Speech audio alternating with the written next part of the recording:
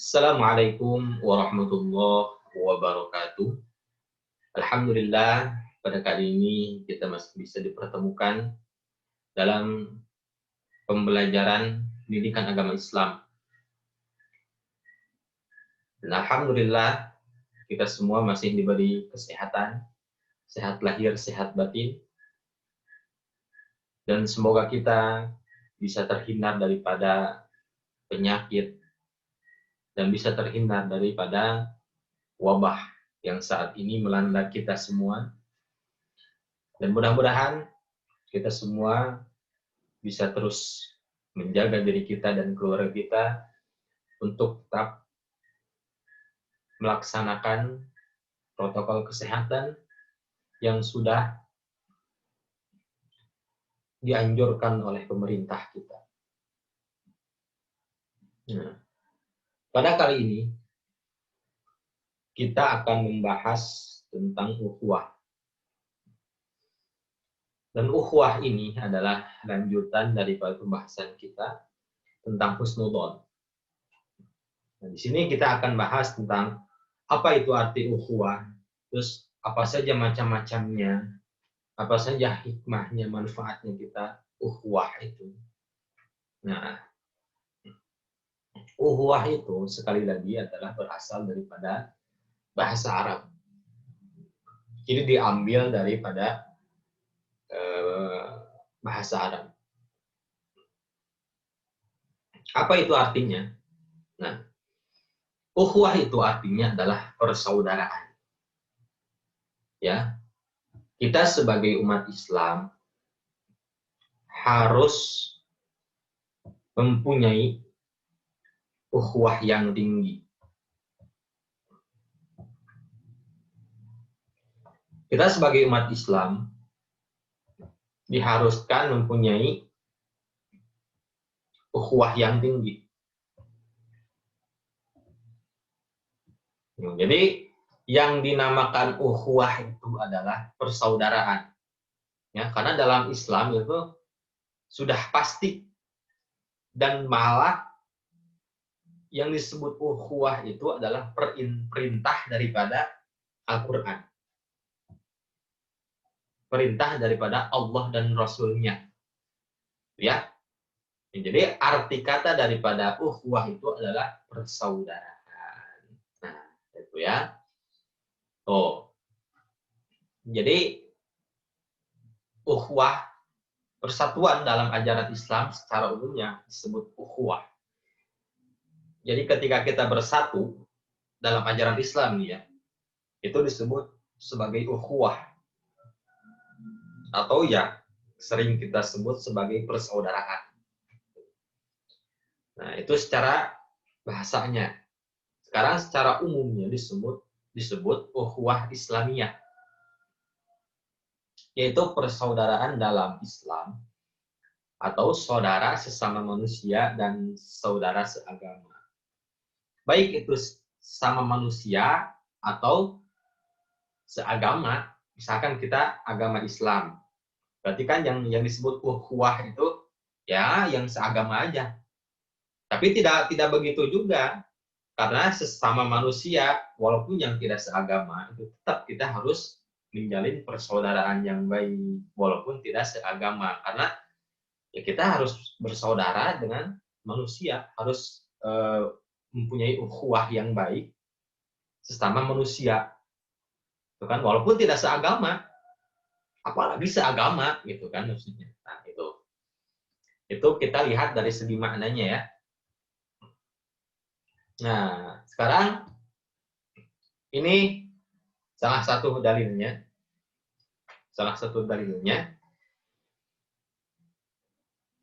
Yang berada dalam Quran surat Al-Hujurat ayat 10. Yang berbunyi, A'udzu billahi minasyaitonir rajim. Bismillahirrahmanirrahim. Innamal mu'minuna ikhwatun fa aslihu baina akhwaykum wattaqullaha la'allakum turhamun. Shadaqallahul azim.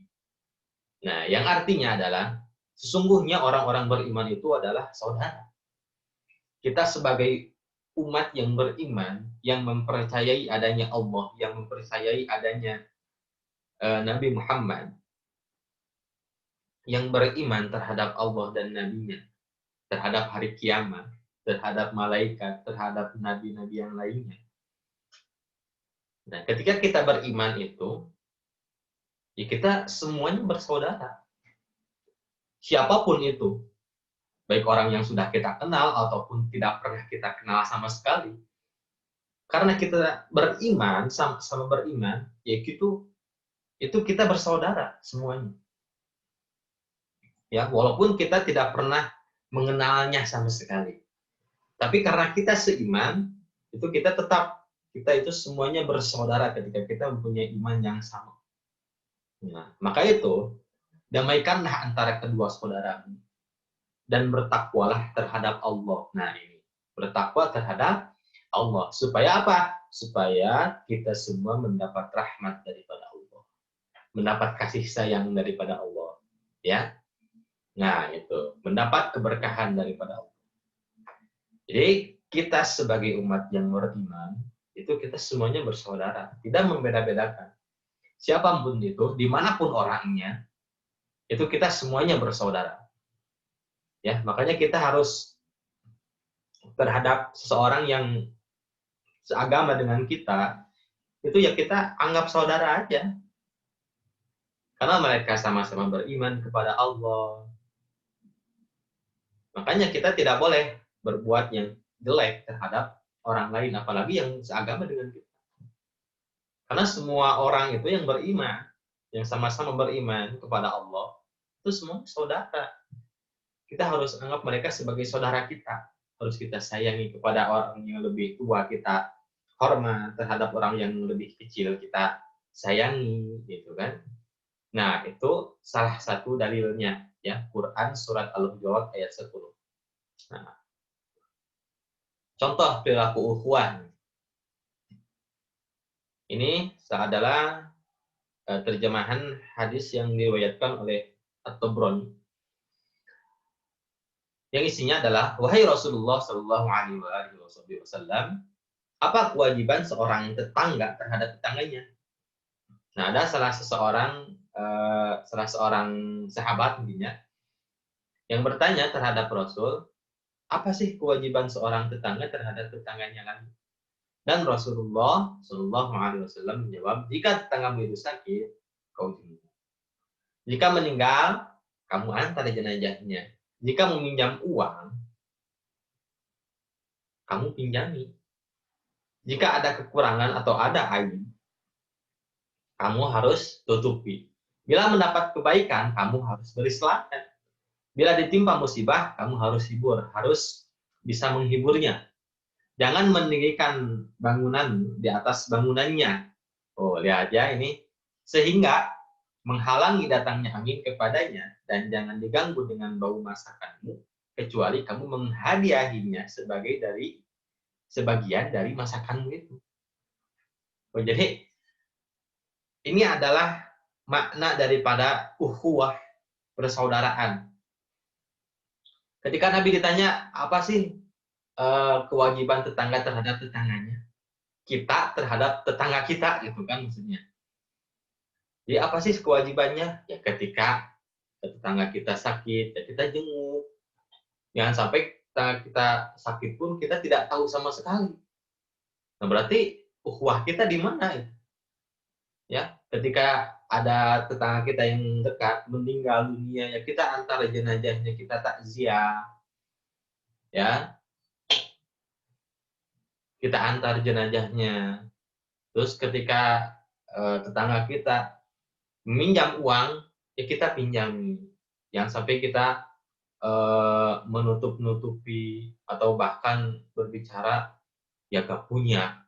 Padahal kita punya untuk bisa meminjamkan uang kita. Tapi ya karena ya egoisme kita, jadi kita berbohong lah tidak punya atau ya apapun itulah. Ya. Nah, jangan sampai ukhuwah kita itu gimana ya? jangan sampai menghilang lah. Karena kan kita itu membutuhkan orang lain. Kita itu membutuhkan orang lain untuk membantu diri kita sendiri. Karena kita tidak akan pernah bisa melakukan hal apapun kalau tidak ada orang lain, gitu kan maksudnya. Makanya kita harus mempunyai ukhuwah yang tinggi, mempunyai persaudaraan yang tinggi agar apa? Agar orang lain pun bisa membantu kita. Kalau kita membantu orang lain, ya otomatis orang lain pun akan membantu kita kalau kita kesulitan. Gitu ya. Nah, ini adalah salah satu hadis yang diriwayatkan oleh At-Tabrani ya. Nah, itu. Nah, ini. Dalam Quran surat Al-Hijr ayat 39 yang berbunyi, A'udzu billahi minasyaitonir rajim. Bismillahirrahmanirrahim. Qala rabbi bima aghwaytani la uzayyinanna lahum fil ardi wa la ughwiyannahum ajma'in. Shadaqallahul azim. Nah, ini adalah sumpah iblis ya. Dalam ayat ini iblis berkata, "Ya Tuhan, oleh sebab Engkau telah memutuskan bahwa aku sesat," kata si iblis, "pasti aku akan menjadikan mereka memandang baik perbuatan maksiat di muka bumi, dan pasti aku akan menyesatkan mereka semua." Nah, ini makanya kenapa kita malas untuk belajar, kenapa kita malas untuk mengerjakan tugas, kenapa kita malas untuk beribadah, berbaik terhadap melakukan kebaikan terhadap orang lain. Kenapa? Ya karena tugas iblis itu untuk menggoda kita. Tugas setan itu untuk menggoda kita. Jadi perilaku yang tidak baik itu akan dipandang baik oleh kita. Oleh sebab siapa? Ya oleh sebab godaan setan, godaan iblis. Gitu. Karena apa? Karena itu adalah janji iblis kepada Tuhannya, kepada Allah. Itu untuk apa? Untuk menjadikan kita sebagai manusia memandang baik perbuatan yang seperti apa? Yang maksiat, yang jelek. Padahal perbuatan itu kita tahu itu perbuatan yang tidak baik. Tapi kita bisa memandang baik perbuatan maksiat itu karena siapa? Karena godaan setan atau iblis ya. Makanya kita jangan sampai keliru antara perbuatan yang baik dan perbuatan yang jelek. Kita harus bisa memilih dan memilahnya. Ya. Nah itu, karena ini janji iblis yang dicantumkan dalam Al-Quran dan pasti terjadi pada diri kita. Itu, ya. Makanya jaga diri kita, bentengi diri kita dengan perilaku-perilaku yang baik, dengan ukhuwah yang tinggi, mempunyai teman yang baik. Nah, itu ya, agar diri kita itu bisa terhindar daripada godaan-godaan iblis dan setan. Ya. Nah, itu. Nah, sekarang macam-macam ukhuwah. Yang pertama ukhuwah basyariah. Awas ya, jangan sampai keliru deh. Yang pertama ukhuwah basyariah. Apa itu ukhuwah basyariah? Yaitu persaudaraan sama manusia. Kita antar manusia dengan yang satu dengan yang lainnya, itu kita bersaudara. Nah, itu disebut sebagai ukhuwah basyariah. Dan sekarang ukhuwah watoniyah. Apa itu ukhuwah watoniyah? Yaitu persaudaraan sesama warga satu negara. Misalkan kita nih negara Indonesia, ya kita itu semuanya bersaudara. Walaupun misalkan tidak seagama, kita tetap bersaudara, jalin silaturahmi yang baik ya dengan siapapun itu.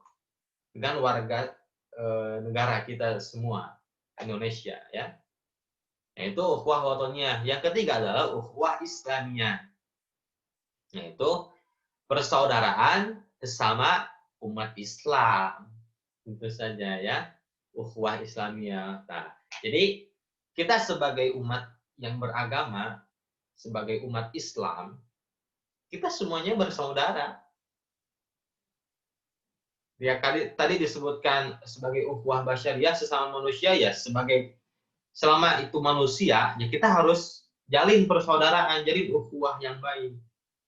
Sesama warga negara satu negara, jalin persaudaraan yang baik. Walaupun tidak seagama, ya tetap kita harus menjalin ukhuwah yang baik, menjalin persaudaraan yang baik, apalagi dengan sesama umat Islam. Nah, jangan sampai kita membuat kerusuhan, membuat pecah belah, jangan sampai, ya, karena itu adalah perbuatan yang tidak baik. Nah, jadi itu ya macam-macam ukhuwah atau persaudaraan. Ada 3. Nah, sekarang hikmah ukhuwah apa saja sih? Yang pertama, akan terciptanya persatuan dan kesatuan, sehingga suasana kebersamaan akan tercermin tentram, akan terlihat tentram, gitu. Damai penuh kekeluargaan. Karena apa? Karena adanya saling membantu dan saling menghormati, saling gotong royong, saling menolong. Nah, itu akan tercipta suasana yang terlihat baik, gitu. Ketika kita mempunyai ukhuwah yang tinggi, mempunyai rasa solidaritas yang tinggi, mempunyai rasa persaudaraan yang tinggi. Itu ya hikmahnya. Kan terlihat indah. Oh. Terus yang kedua akan memperkukuh akidah dan keyakinan kita kepada Allah tentu saja. Keyakinan kita kepada Allah akan meningkat karena ukhuwah kita terhadap orang-orang yang ada di sekitar kita. Gitu ya. Itu yang kedua hikmahnya. Sekarang yang ketiga akan menumbuhkan ukhuwah Islamiyah yang kuat. Oh. Jadi tentu saja ketika kita mempunyai ukhuwah yang tinggi, ya akan meningkatkan ukhuwah Islam kita. Rasa tadi persaudaraan kita itu akan lebih kuat lagi sebagai umat Islam. Ya, ketika kita bersatu, ketika kita tidak saling memecah belah antara umat, itu akan kuat Islam itu. Makanya kita jangan sampai terpecah belah dengan apapun itu. Ya, perbedaan pasti ada, tapi jangan sampai perbedaan itu memecahkan atau menjauhkan diri kita.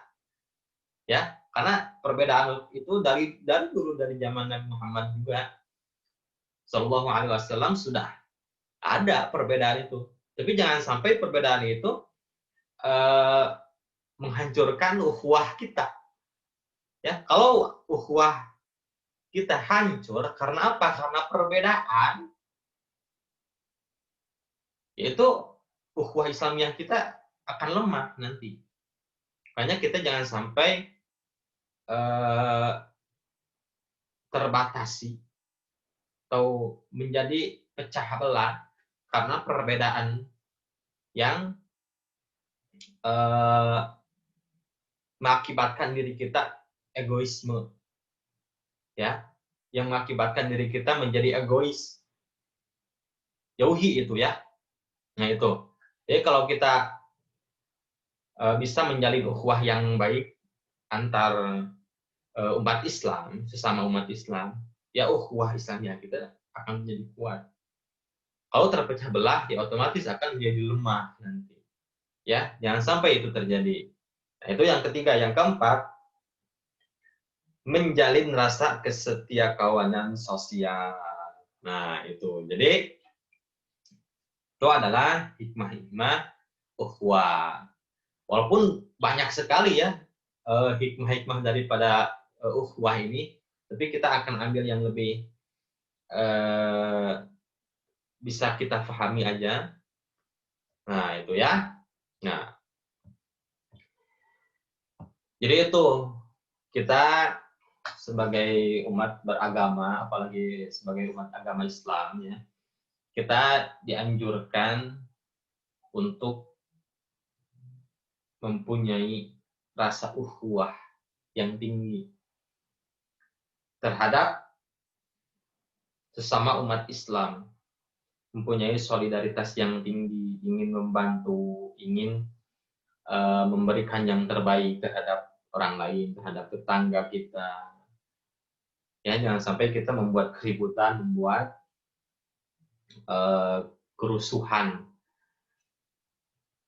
Antar teman juga kita menjalin ukhuwah yang baik, persaudaraan yang baik, jangan sampai bermusuhan, ya. Nah, itu saja sebenarnya yang bisa saya sampaikan. Mudah-mudahan ini bisa meningkatkan rasa ukhuwah kita terhadap sesama umat Islam, terhadap negara juga, terhadap sesama manusia. Karena ini adalah bekal kita dalam kehidupan. Mudah-mudahan ini bermanfaat untuk saya secara pribadi dan umumnya untuk kita semua yang mendengarkan. Amin ya Allah ya Rabbal Alamin. Cukup sekian yang bisa saya sampaikan. Mohon maaf bila ada salah dalam perkataan. Wabillahi taufiq wal hidayah. Assalamualaikum warahmatullahi wabarakatuh.